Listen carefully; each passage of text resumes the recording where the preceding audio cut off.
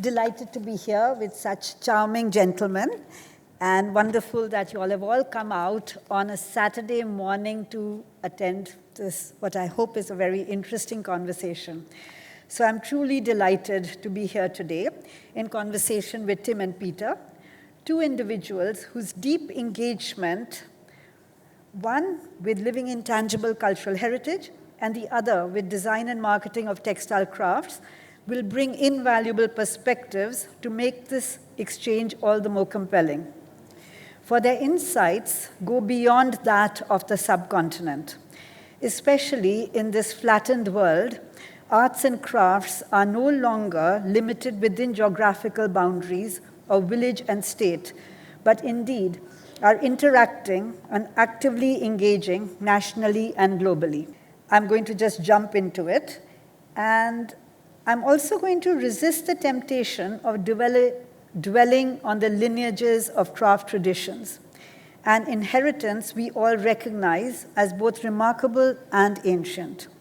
Indeed, to the contrary, in a domain where we constantly look back at history, at heritage, and at lineage, I'm shifting the gaze to look forward toward the present and, crucially, the future.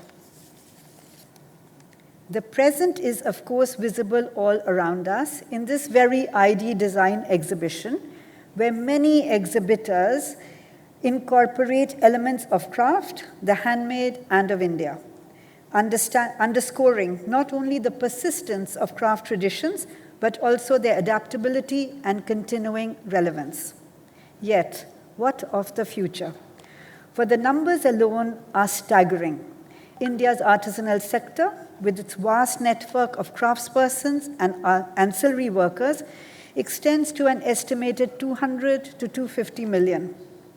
The key question before us then is, how are we safeguarding this rich artisanal legacy and negotiating the balance between tradition and modernity, between continuity and innovation? The conversation today is therefore an opportunity to engage with these pressing concerns, not merely as an exercise in preservation, but as an inquiry into the pathways that can sustain Indian craft as a thriving, viable, and forward-looking practice in the 21st century.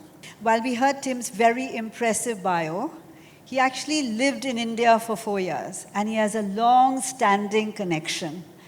Not only that, having been based almost in many countries across the world, worked as the head of the ICH convention, his global connections can tell us more actually about India. So my question to you, Tim, is, from where you stand, how do you see Indian crafts positioned on the global stage, especially as cultural narratives continue to evolve? Thank you, Ritu, and thank you for that introduction. Well, I'd say a very short answer is Indian crafts are situated very well on the global stage as cultural narratives. I think first of all, we can look at today, but also historically, India has been a center of crafts trade for millennia, connecting across east, west, north, south. And so it's not a new thing. But I think for anybody who's coming here and who has an interest in this area, just to see the scale and the vibrancy of the craft sector in India is truly impressive. And I think, as you said in your beginning, there is a huge grassroots industry around crafts. And there is a growing recognition of the potential to use that as a major, let's say, industry or business. So India is uniquely positioned, I'd say, in that sense. I can't think of any other country that has that depth of crafts. Now, is it being used or is it being, let's say, mobilized in the best way it could be? Perhaps not. Perhaps there are things that can be done, policies that could stimulate, although it is, I think, the only country I know that has a Ministry of Textiles, which I've never seen anywhere else before. So I think we in UNESCO, we've been doing projects in Rajasthan, in West Bengal, and other places, working a lot with women, handicrafts, textile loom makers, and training basic business skills and all of that. I think I'll just then come back to the other issue is when we talk about this heritage. I think you talked about this, how to both maintain the heritage and have it innovative and contemporary. And when we talked, I was very involved with this convention of intangible cultural heritage, which I much prefer the term living heritage, because I think living heritage is actually what we're talking about. And it's very critical to remember that it's living heritage, if it gets frozen and stuck in the past, it's no longer living, it's dead. And it's precisely when there is that creativity in the intergenerational transmission, when each generation takes it and adopts it to its context, that in my mind, you know that it has a good future. So I think that's the situation, and I think when we see the design scene, the clothes scene, the fashion scene in India, there's a lot to be optimistic about, I would say. Yeah. Thank you for that, Tim. I agree. There is so much resurgence in the private sector. Young entrepreneurs, designers, technologists, all working in the crafts. But given your global view, given that you chaired the ICH Living Heritage Convention, what would be your advice to policymakers? For, as we all know, the big Mai-Baap, as we say in India, the big mover and shaker is government. And yes, we have this wonderful new CSR policy, which gives us 2% of your income, which can be used in the area of arts and crafts, which is a fantastic policy move. But what other advice, given that you worked in Asia and Australia and all over, what would you say to policymakers? Well, I think there's a number of things that can be done, and I think that wonderful book that's just been shared that you wrote and we did with Peter gives some recommendations. So first of all, I would say government shouldn't get too directive. And you know, government doesn't produce creativity. I mean, government has very important functions. Here. But it's not creativity and design. So government has to give the space and the support for it to happen. And so that can be through, you know, training policies, support, you know, capacity building, opening up markets, facilitating that kind of activity. But it should be a facilitating role. Certainly not a directive role, because that's when it can become stifling. The creativity, this is another thing we say with living heritage. Who are the experts in living heritage? Very clearly, the expert is the practitioner. It is the community who practices. They have been doing these things for centuries, without government, without UNESCO, without all of this. But of course, there are pressures in the world today. There are business pressures, there are economic pressures. So it's the government's role is really to find the space, and there's all sorts of schemes you can do to do that. But to allow also for that bottom-up approach. And I think because once you start directing, this is what this is, or in culture, you start losing it. And it cannot be from the top down. It has to come from the bottom up. Yeah. Thank you. Very good advice. Very hard to follow, but very good advice. And I think that is what you need to keep in mind, that when you're introducing policy, you see if you are crossing this particular Rubicon. And you say, yes, it's needed, but perhaps not by us. Perhaps it should be free and open to others to do. So thank you. I will come back to you, Tim, but now I move to Peter. So Peter, as you know, started coming to India. Again, it wasn't in his CV. He started coming to India in the 80s, at a time when India was really moving and shaking, when Martand Singh, Pupul Jekar, and others were bringing about change that was so remarkable that many of us who forget the history, it actually changed the textile map of this country. Am I right? Yes. So my question to Peter is, because he has seen this long trajectory of India from the 80s, and then he came to settle here and continues to work here, that with societies and markets shifting so rapidly, how do you think we should balance the need to conserve traditional crafts with the push for innovation? Where should the line be drawn, if at all? Thank you, Ritu. It's a very good question, and I think sitting on the stage with Tim, who is an expert in living culture, intangible culture, and when we're talking about craft, I think we have to think of the very wide spectrum of craft in India, and I'm not speaking just about technique, but I'm talking about the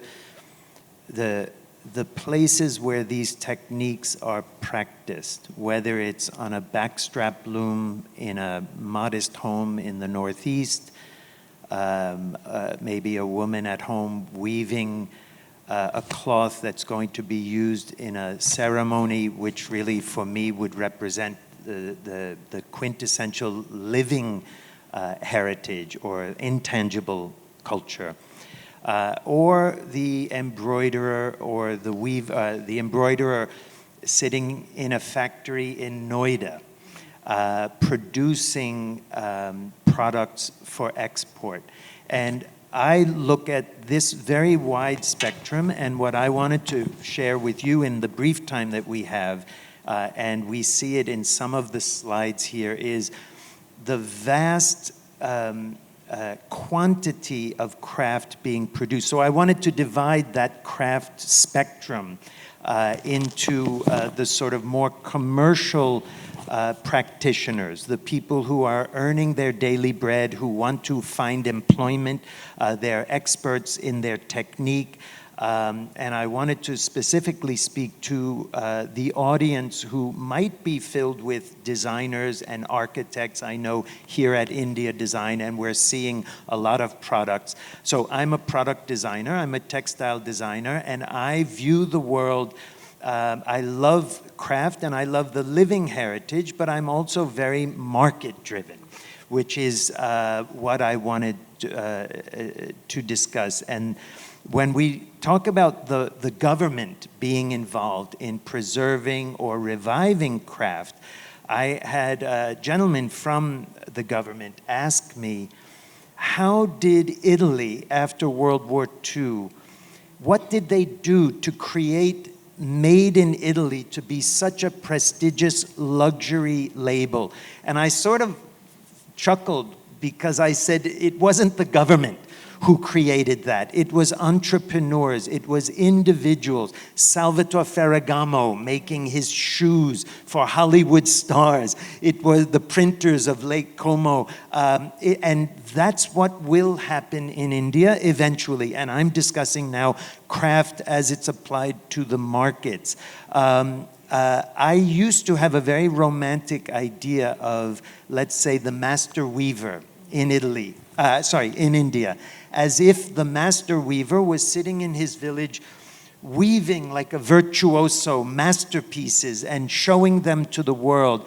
And I came to understand that that title of the master weaver is actually oftentimes like the village head person who has the wherewithal. He has so many looms under his responsibility. He organizes raw materials and yarns. He works with customers because there's distribution and the need for markets because we're working to earn our daily bread. And so when we talk about craft in India, and we have some images like this image of the woman weaving a carpet, I've had the great privilege of just completing a collection with Jaipur Rugs, the amazing company from Jaipur. And they work with women weavers. They train women to know how to weave. They empower them with looms, with orders, with yarn. And they have scaled craft in a way. They're hugely successful. And I think that that's a nice model for us to think about. As the market forces, it's a social work. They're enriching very modest individuals who live in rural Rajasthan. And so that's the world that I'm immersed in. And I think it involves also aesthetics that many of you being trained in design can bring to craft, because there has to be this confrontation with the market. We have to create products that people will desire and want to buy. Quite right. So thank you for that, Peter, because I hark back to the fact that in 2010, there was a huge exhibition at the Victoria and Albert Museum. It was called Fabric of India. And there were two parts to that exhibition. One was from the past, which was because they have the largest collection of South Asian textiles and crafts in the world. And the second part was what happened after 1947.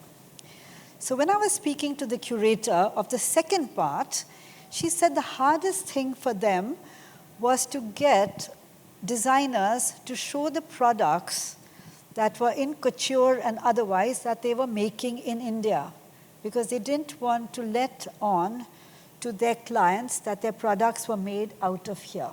Western companies. Yeah, this was in 2010. It is now 2025, and the perception has changed. You can see it with Dior. You can see it with labels now proudly saying, made in India. And that is where I feel we are so well positioned to talk at this fair, because I'm sure we have an audience that is working across the globe, that is educated in India and in other places, but is looking at India as a flattened, the world as a flattened place, where you can be here and you can actually make for the world and innovate for the world, but also make under your own label. And I know that UNESCO, when the convention was set up for living heritage, ICH, whatever you want to term it, they didn't have the term market in it. But I think the discussion is now moving to that, because we all need livelihoods. We need to sustain ourselves. If you just make one or two authentic pieces for a museum, it doesn't put food on the table or pay the rent. So what would you say about that, Tim? No, thank you. I think this is a very important issue. Just first of all, living heritage is not just crafts. So there's also Events, yeah. Rituals, ceremonies, festival, oral traditions, music. So it's a broad category. And it's true that, UNESCO, we see with World Heritage, there's a strong tourism component. So at first in the convention, there was this sort of, this shouldn't be about developing, commerce. This should be about safeguarding culture. But let's come to crafts. Crafts have always been a commercial activity, dating way back. And you wouldn't have had crafts if people were not able to make a living. And entire villages, entire regions who have for centuries sustained themselves. So what we found in a lot of the work we were doing is the biggest threat to the transmission was precisely the inability to make a viable living from them. So now in fact, the convention has developed what they call economic dimensions of ICH safeguarding, and precisely now the emphasis is on stimulating these kind of economic activities for the purpose of safeguarding. In a sense, they're not antithetical, and they're not against each other, not antithetical. And this is, I think, very specifically in crafts in India, but also in other parts of the world, but I mean, particularly in India. So there is no contradiction between commercial viability, which is actually the main engine for safeguarding. I think a lot of young people want to continue these creative traditions, but if they can't make a living, how are they going to do it? Sure. So I think that's where the role of design, contemporary design. I'll give you a little anecdote from East Africa. I was several years in East Africa, and they have this whole tradition of Swahili poetry, which is along the coast of East Africa. And this was around 2010, about that same time, 2007, 2008, and all these elders came and said, it's terrible because the young people were singing rap songs with Swahili poetry. And this was getting huge, and it was so, but this is precisely what is going to safeguard Swahili poetry. That's how it's going to continue to the next generation and the generation and the generation afterwards. So, they looked at me in horror, and I said, that's how you're going to safeguard it. And indeed, that's what happened. So I think there should be no fear of engaging in a creative way and a commercial way. But commerce has to be fair. The problem with today's world is the people doing the work, the people doing the design, they're not getting the right benefits. So that And this is a good role of government yes, as well. that's the role of government, is to make sure intellectual property is respected, to make sure that there's fair wages for people, but not to say what it is to design or how to do it, but to give that fair working environment and to stimulate that sector. And I think in India it's such a big and vibrant sector. And again, it's not new.